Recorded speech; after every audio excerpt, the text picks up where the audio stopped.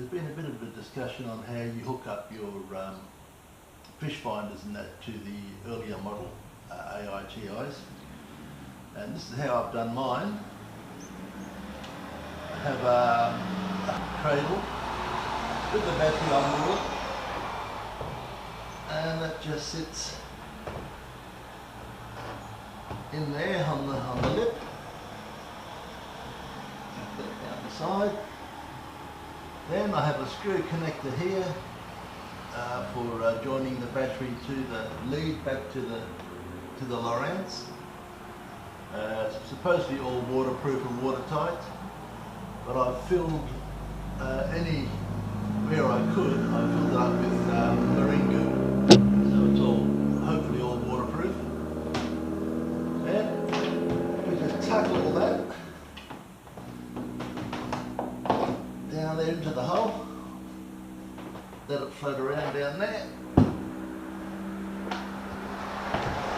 and that's that department taken care of. As you can see, I've mounted my Lawrance on an arm, mainly so I can see it. I'm a bit visually challenged, so I need it right out here on the end of the arm so I can read it from the seat. And everything's in nice easy reach.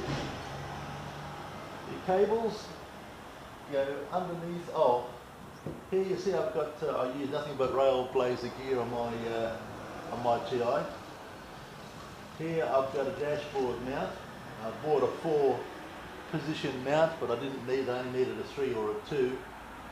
So one of these days I'm going to get the hacksaw out and cut that off.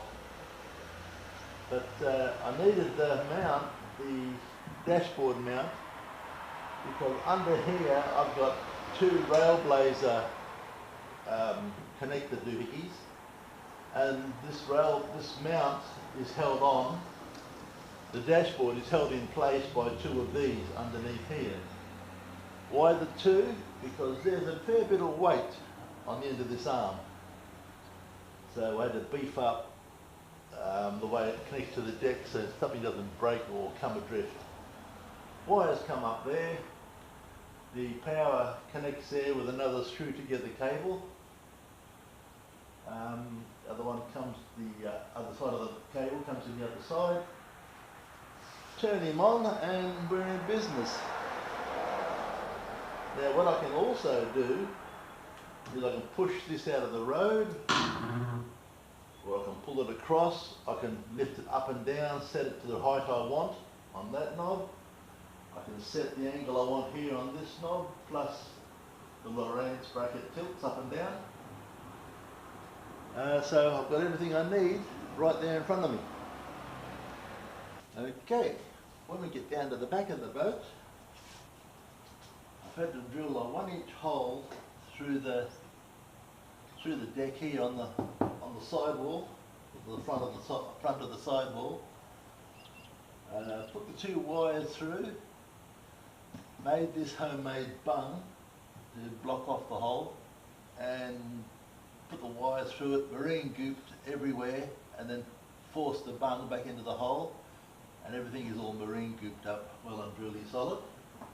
Looking down there, that's the black bung, and where the cables come through the hole. The reason I've put it there is if any water comes into the boat and runs down the front, it's running past that bung, which is all gooped in. But if you put it on the flat anywhere and bring your cables out through the flat of the deck, you've always got water sitting on top of the deck, and you don't want that. So that's why I put it coming out of there. You see that yellow webbing cable over there, cable tied to the front of the front bar.